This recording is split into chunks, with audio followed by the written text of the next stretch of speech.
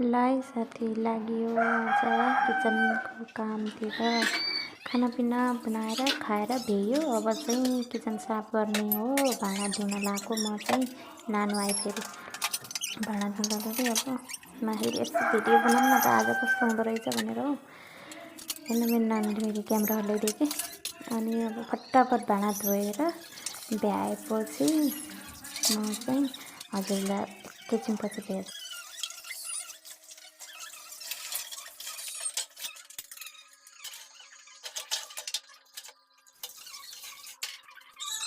भाँडा धोएर भ्याइयो। अब मेरो काम भनेको ग्यासहरू पोस्नु पर्यो, सफा गर्नु पर्यो। अनि आज मैले सेलरोटी बनाएको थियो, कस्तो बनेछ हेरिदिनु होला। अनि फेरि म चाहिँ यसलाई बाहिर ढोकेर राख्छु कि, अहिले फ्रिजमा राख्दैन।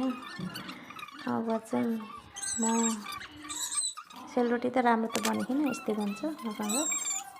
किचन पनि क्लिन भयो हजुरसँगसँग कुरा गर्दा गर्दै। अनि म चाहिँ अब रुमतिर भन्दा पहिला बाहिर जान्छु है। बाहिर जान्छु, बाहिर गएर मौसम हेर्छु।